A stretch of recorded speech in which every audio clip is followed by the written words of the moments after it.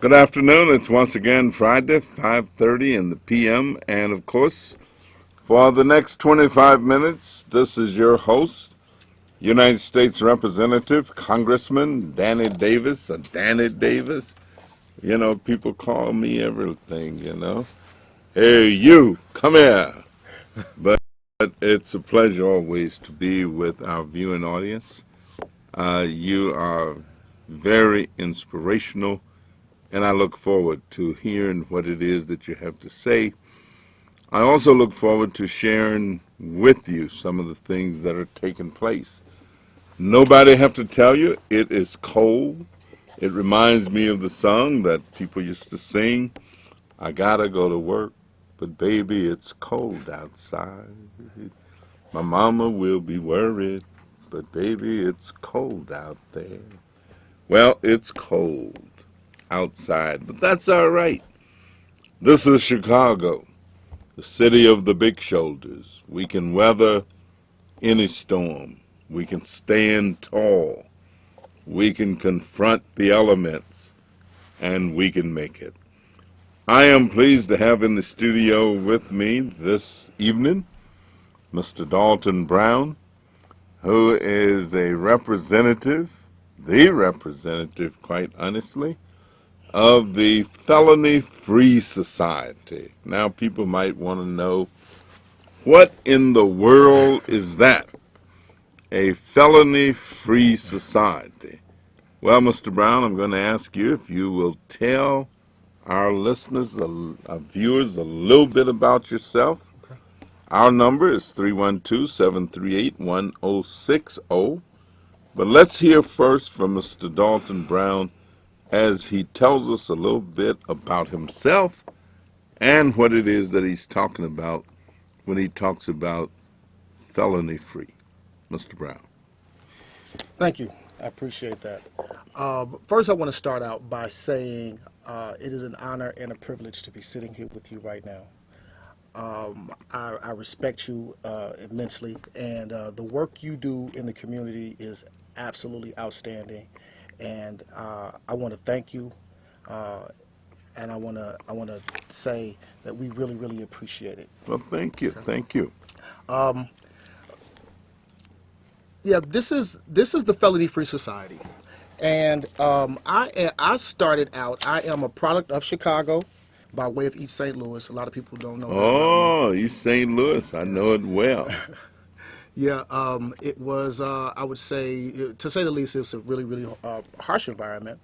But nonetheless, I survived, and we eventually came to Chicago, where I finished my high school career at Kenwood Academy, and went on to college, where I attended Alabama A&M University.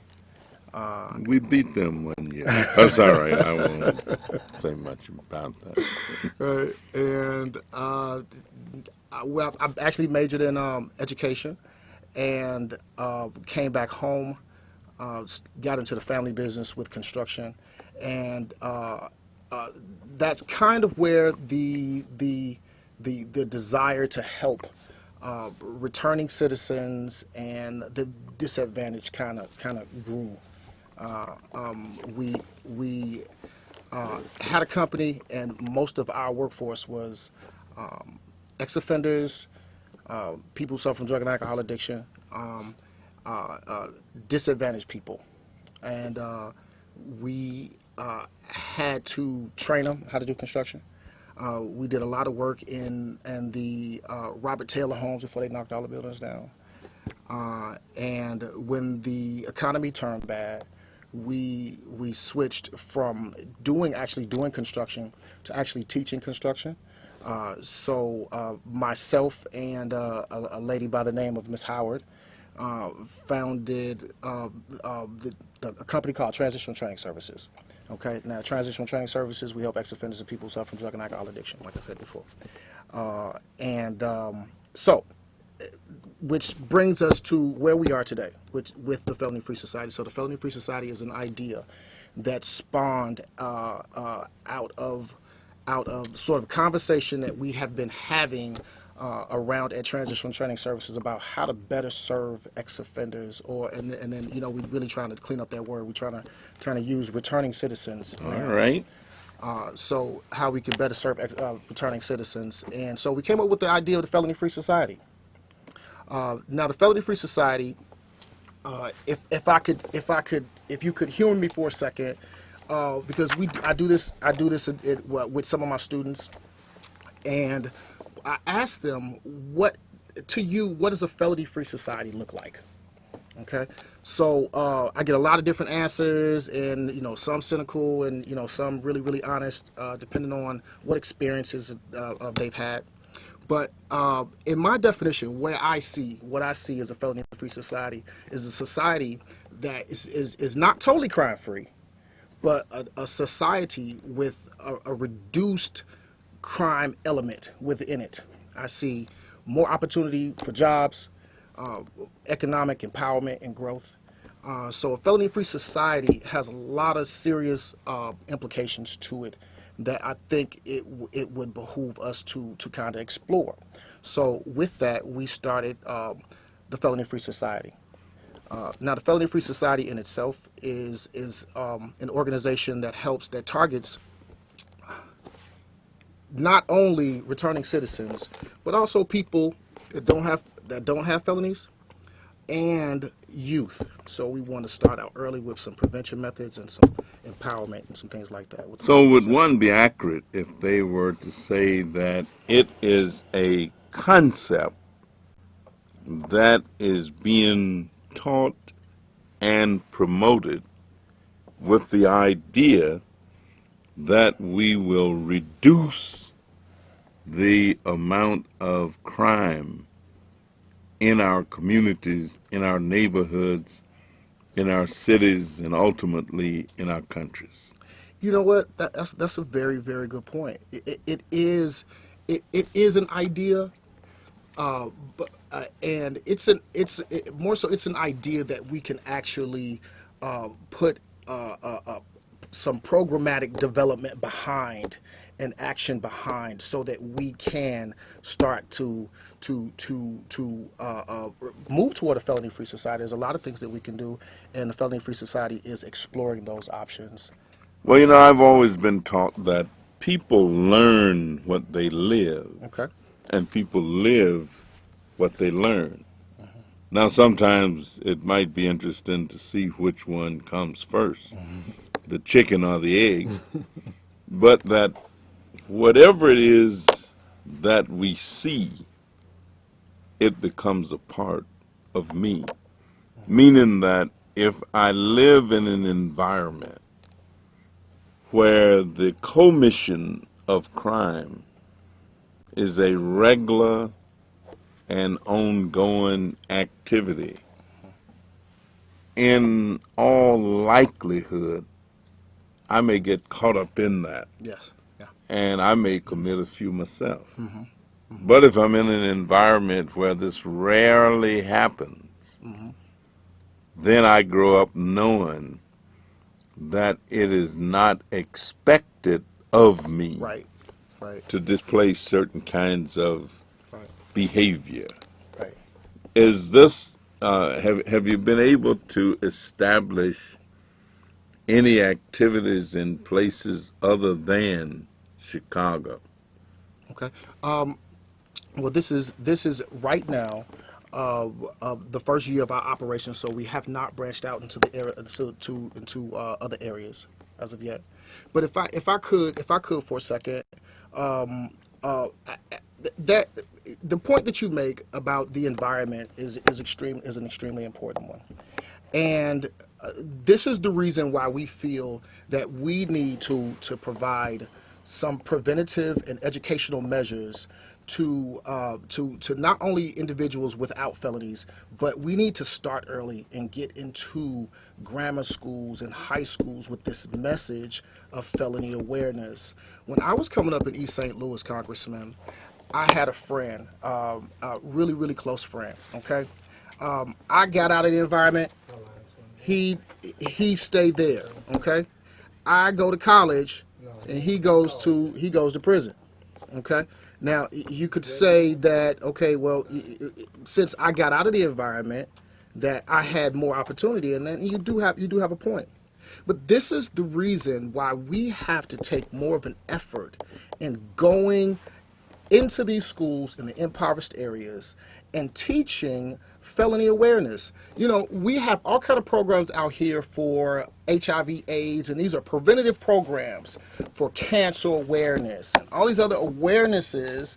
But the felony epidemic that is plaguing our generation, our youth and adults, is not being talked about. Not being talked about at all. And we have to start looking at that and saying if we expect to turn this thing around. And one of the conversations I had also was, how many years will it take to turn this thing around, to get your community back on track and some other things like that. Well, according to the Illinois Justice Bureau, they put out some stats, and that said that in 2012 there were over 11,000 new felony convictions in Cook County alone. Now, if we continue to establish new felony conviction rates at that click, then it'll be really hard to turn our societies around and get people back to work, because we all know about the collateral consequences of obtaining a felony conviction. Well, let me ask, of course, let me make sure that our viewers know. Our number is 312-738-1060. If we are going to really help reduce felonies, it seems to me that we have to create an environment where people themselves will say, I'm going to be crime-free. I'm not going to participate in anything that will create more of this activity. And let me see what our callers got to say about it, because we've got callers on the line. We'll go right to the telephone. Caller, are you there? Yes, Congressman, and it's a great day to be on God's green earth.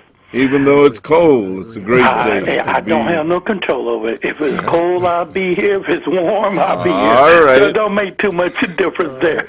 But Congress, I read exactly what you were saying. I understood exactly what you were saying. And to your guests, and no disrespect, none, we don't live in Mayberry. We won't never, ever live in Mayberry. That's just only on TV, man. If people, and trust me, I am my brother's keeper. But if I keep on telling you to stop, don't do it, and just keep on pulling you up, what's going to happen? You never did bring no statistics where how many times those ex-felons have been continuously going back and back and back. But such as you, I'm glad that you're around to help the ones. But let me tell you, there's a lot of time spent on lobbying, and the government's giving out funding that money out so long now. My God. We have so many other things that we need to get through. How about we got two states in the two states in our union. How about the people down there in New Orleans? Look at them. They still down there. I don't know if you've been to Detroit lately, but we need to help here. We need to do something. But again, I'm not trying to discourage you anything. I appreciate what you're doing. But that's not the reason why I called. Congressman, I called there to ask you this. That gentleman up there in Canada, the mayor, he does a lot of crazy little things. And we was talking about this not too long ago. Is it the man that we look at, or do we look at the person, what kind of work he's doing? Which one is more important? So let me ask you this. There were a lot of people who thought that Jesse James was a good guy. I mean, But Jesse James, of course, robbed banks and he did all kind of things, and trains and But he all. gave back to the poor, didn't he? But supposedly, and of course, there was Robin Hood, way, way, way back, Did the same thing? who seemingly did same stuff. Yes. Now, would one say that those guys were good for society, or they were detrimental to society? Well, I'm going to answer that with a question to you. There are dope dealers that's out in the neighborhoods that would give block club parties. They would give book bags back to the kids so they could go to school, but they don't give the lives back to the ones that they serve the merchandise to. So you win something. Congressman, can I jump in here for a I second? think you. Let me jump in here for a second. Let me tell you, I ain't going to rob nobody and give it to nobody. All I right. ain't going to rob nobody because I don't want to go, well, he's talking about, I don't want to go to jail. Yeah. So All right. I ain't going to do nothing. I sit and look at it on TV. Our so guest whatever will- they do on TV is all right with me. Our guests want to respond. How about Marion Barry? They Yeah. did the same thing to him. You remember? Caller. Yes. Let me, I respect your opinion, and I just kind of wanted to say something about where you kind of took that. How many murders took place in Cook County in Chicago last year? How many what? Murders. I don't know, 400 and something. 400 and something. Yes. In Chicago, not the murder capital of the United States right now. Well, probably Right. so. Okay. Hold up for a second. Okay. Yes. All right. Do you agree that there should be something done about the crime and violence that is going on in our communities right now? Yes. Okay. Then what suggestions do you have to to stem the flow of violence and to correct what's been going on in our communities for so long? All And right, this I'm is gonna what this. answer that Hold for up you for a real second. quick. Hold up for a second. It ain't Hold nothing. up for a second. This is what this is about. Okay. This is what this is about. All right. The Felony Free Society. We established this thing so that we could go back into number one the schools and teach 8th grade through 12th graders about the harmful effects and the harmful consequences of getting felonies. If you don't get a felony, you can get a job. If you don't get what you can get high paying jobs. I should say that. Okay. The average wage of an ex-offender is $20,000. Caller, were you aware of that? Okay. Well, in that case, how you expect somebody to feed their family on $20,000 a year, caller? It's really, really hard. How much do the justice system in Cook County alone spend on housing inmates for a year? $50,000 to $55,000 a year. How much does it cost to keep somebody out of prison and send them to college?